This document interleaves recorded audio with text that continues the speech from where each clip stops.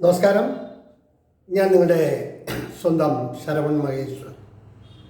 കൃഷ്ണശിലയായി എന്ന എൻ്റെ പരമ്പരയിലെ 312ാമത്തെ എപ്പിസോഡാണിത്. ഇന്ന് ഞാൻ നിങ്ങളോട് പറയുന്നത് പ്രശസ്ത ചലച്ചിത്ര പിന്നണി ഗായകൻ ശ്രീകാന്തിനെ കുറിച്ചിട്ടാണ്. 30 വർഷങ്ങൾക്ക് മുൻപെയാണ് ഞാൻ അദ്ദേഹത്തെ നേരിട്ട് കാണുന്നതും പരിചയപ്പെടുന്നതും സംസാരിക്കുന്നതും. ആത്മകാഹളം എന്നൊരു ഹ്രസ്വചിത്രത്തിൻ്റെ ചിത്രീകരണ വേളയിൽ പാൽക്കുളങ്ങരയിലുള്ള ഒരു ഉദ്യോഗസ്ഥൻ്റെ വീട്ടിൽ വെച്ച് ഒരു രംഗം ചിത്രീകരിക്കുമ്പോൾ ആ ഒരു രംഗത്തിൽ അവിടെ അദ്ദേഹത്തെ കാണാൻ വന്ന ശ്രീകാന്തിനെയും അതിലൊരു സീനിൽ അഭിനയിപ്പിക്കുകയുണ്ടായി. അന്ന് ഊഷ്മളമായി അദ്ദേഹത്തോട് കുറേയധികം സംസാരിച്ചു. സിനിമാ ഗാനങ്ങളെപ്പറ്റിയും മറ്റുള്ള ഗാനങ്ങളെപ്പറ്റിയും ഒക്കെ സംസാരിക്കുകയുണ്ടായി. അതിനുശേഷം വർഷങ്ങൾക്ക് ശേഷം ഓൾഡ് ഈസ് ഗോൾഡ് എന്നൊരു പരിപാടിയിൽ വെള്ളയമ്പലത്തുള്ള യക്ഷമ്മൻ കോവിൽ ആൽത്തറയിലെ ഉത്സവത്തോടനുബന്ധിച്ച് നടത്തിയ ആ സംഗീത ദിശയിൽ ശ്രീകാന്തും ശ്രീമതി പി ഈലയും അതുപോലെ KP ഉദയഭാനുവും അങ്ങനെ നിരവധി പേർ പാട്ട് പാടുകയുണ്ടായി. അന്ന് അദ്ദേഹം പാടിക്കഴിഞ്ഞ് പുറത്തിറങ്ങുമ്പോൾ അദ്ദേഹവുമായി സംസാരിക്കാനും പഴയകാല ഓർമ്മകൾ വീണ്ടെടുക്കാനും കഴിഞ്ഞു എന്നത് ചാരിതാർത്ഥ്യജനകമാണ്. അദ്ദേഹത്തിൻ്റെ കുറേയധികം ഇൻ്റർവ്യൂകൾ ഞാൻ കണ്ടപ്പോഴും അദ്ദേഹത്തിൻ്റെ മനസ്സിൽ ഒരു വലിയ ഗായകൻ ആയിത്തീർന്നില്ല എന്ന പരോക്ഷമായ ഒരു വിങ്ങൽ ഉണ്ടാകുന്നുണ്ടോ എന്ന് എനിക്ക് പലപ്പോഴും സംശയം തോന്നിയിട്ടുണ്ട്. 25ഓളം ചിത്രങ്ങളിൽ 70ഓളം പാട്ടുകൾ പാടിയ ഒരു പ്രമുഖ ഗായകൻ. ഒരു പാട്ട് പാടിയാൽ തന്നെ മതി കാലം കടന്നുപോയാലും ആൾക്കാർ ഓർമ്മിക്കാൻ.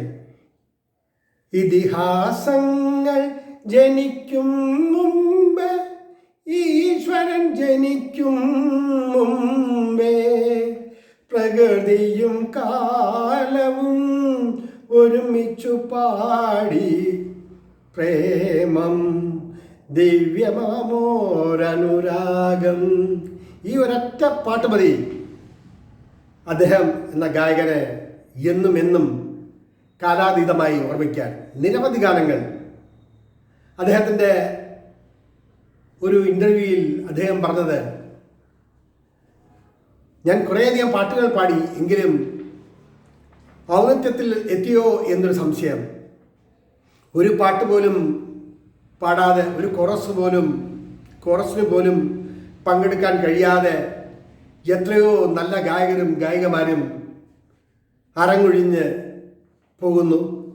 അതാലോചിക്കുമ്പോൾ 10-75 പാട്ട് മലയാള ഗാനശാഖയ്ക്കും മലയാള സിനിമകൾക്ക് നൽകിയ ഒരു ഗായകൻ എന്ന നിലയിൽ അദ്ദേഹത്തിന് സന്തോഷിക്കാൻ ഏറെ വകയുണ്ടെന്നാണ് എൻ്റെ വിശ്വാസം. സംഗീത സംവിധായകനായ ശ്രീ ദേവരാജൻ മാസ്റ്ററുടെ കൂടെ വളരെ കാലം ട്രാക്ക് പാടുകയും ചന്ദ്രകളഭം ചാർത്തി ഉണരും എന്നുള്ള ഗാനം ആലപിക്കുകയും ഒക്കെ ചെയ്ത ഒരു വലിയ ഗായകൻ. ദക്ഷിണാമൂർത്തി സ്വാമി, ശ്യാമ, അർജുൻ മാഷ്, ഇവരുടെയൊക്കെ പാട്ടുകൾ അദ്ദേഹം പാടിയിട്ടുണ്ട്. പക്ഷേ എൻ്റെ മനസ്സിൽ അദ്ദേഹത്തെക്കുറിച്ച് ഓർക്കുമ്പോൾ തെളിഞ്ഞു വരുന്നത് ഇതിഹാസങ്ങൾ ജനിക്കും മുമ്പേ എന്ന ഗാനമാണ്. എന്തോ അർത്ഥവത്തായ വരികൾ അദ്ദേഹത്തിൻ്റെ നല്ല സൗകുമാര്യത്തോടുകൂടി അദ്ദേഹം പാടിയത് മനസ്സിൽ നിന്നും മായുന്നേയില്ല എന്നതാണ്. എത്രയോ വീഡിയോകൾ, അദ്ദേഹത്തിൻ്റെ ഇൻ്റർവ്യൂകൾ നിരവധി ചാനലുകളിൽ വന്ന് ഓരോന്നും കണ്ടപ്പോഴും അദ്ദേഹത്തിൻ്റെ മനസ്സിൽ എന്തോ ഒരു വിങ്ങൽ ഉള്ളതുപോലെ എനിക്ക് തോന്നി. 10-75 പാട്ടുകൾ, എത്രയോ ലക്ഷങ്ങൾ അത് കേൾക്കുന്നു, ഇന്നും കേൾക്കുന്നു. അപ്പോൾ ഒരു ഗാനം പാടിയാലും 1000 ഗാനം പാടിയാലും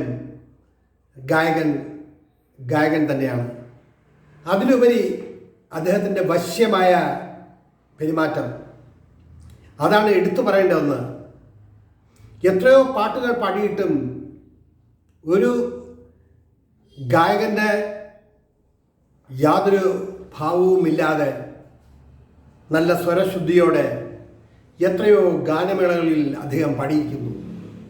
എൻ്റെ ഓർമ്മ ശരിയാണെങ്കിൽ ഒരു 10-15 സ്ഥലത്ത് ചിറയൻകീഴ് ശാർക്കര ക്ഷേത്രത്തിലും വെള്ളയമ്പലത്തും ആറ്റുകാലിലും അങ്ങനെ നിരവധി വേദികളിൽ അദ്ദേഹത്തിൻ്റെ ലൈവ് പ്രോഗ്രാം കേൾക്കാനൊക്കെ കഴിഞ്ഞിട്ടുണ്ട്. ഒരു വലിയ ഗായകൻ എന്ന് വേണം അനുമാനിക്കാൻ. ഇന്നും അദ്ദേഹത്തിൻ്റെ ഗാനങ്ങൾക്ക്, അദ്ദേഹത്തിൻ്റെ പാട്ടുകൾക്ക് കേൾക്കുമ്പോൾ നമുക്ക് മടുപ്പ് തോന്നുകയേയില്ല. അന്ന് ഈ ആത്മകാഹളം എന്ന ഷോർട്ട് ഫിലിം ചെയ്യുന്ന കാലത്ത് അദ്ദേഹം പറഞ്ഞ ഒരു വാക്കാണ്. ഇങ്ങനെ അദ്ദേഹത്തെക്കുറിച്ച് ഞാൻ ഓർമ്മിക്കാനും കുറേ ദിവസങ്ങളായി അദ്ദേഹത്തിൻ്റെ ചരിത്രം പഠിക്കാനും അദ്ദേഹം പാടിയ ഒരുപാട് പാട്ടുകൾ കേൾക്കാനുമൊക്കെ ഇടയായത്. കാലത്തിലൂടെ നമ്മളെല്ലാം കടന്നു പോകും. ആരെ തിരിച്ചറിയുന്നു, ആരൊക്കെയോ ആയിത്തീരുന്നു. ഇതൊക്കെ സുഹൃത്തെ നമുക്ക് പ്രവചിക്കാൻ കഴിയുമോ?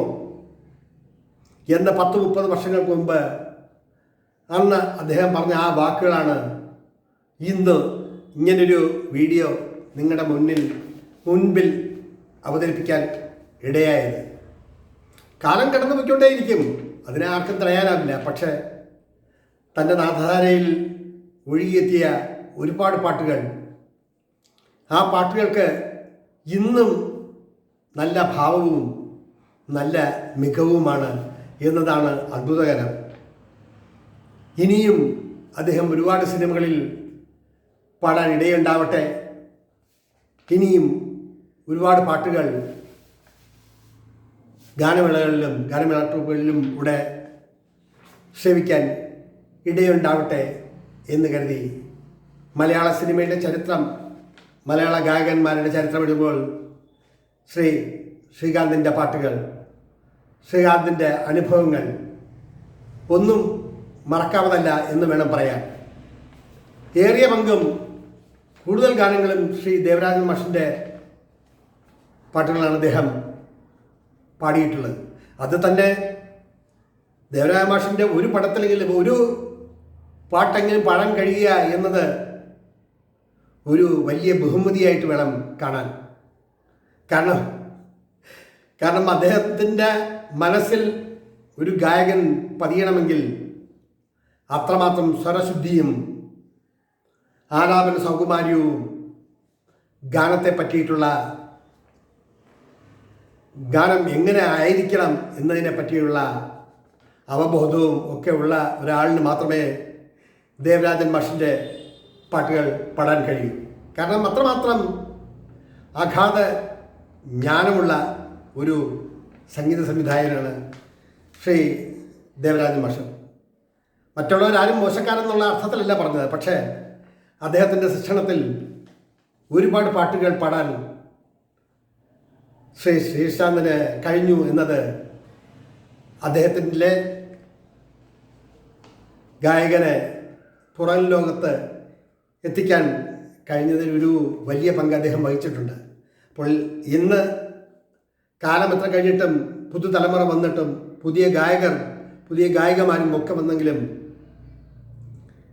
ശ്രീശാന്തിനെ പോലെയുള്ള ഗായകർ പാടിയ പാട്ടുകൾ ഇന്നും മനസ്സിൽ ഓളങ്ങൾ സൃഷ്ടിക്കുന്നു എന്നിടത്താണ്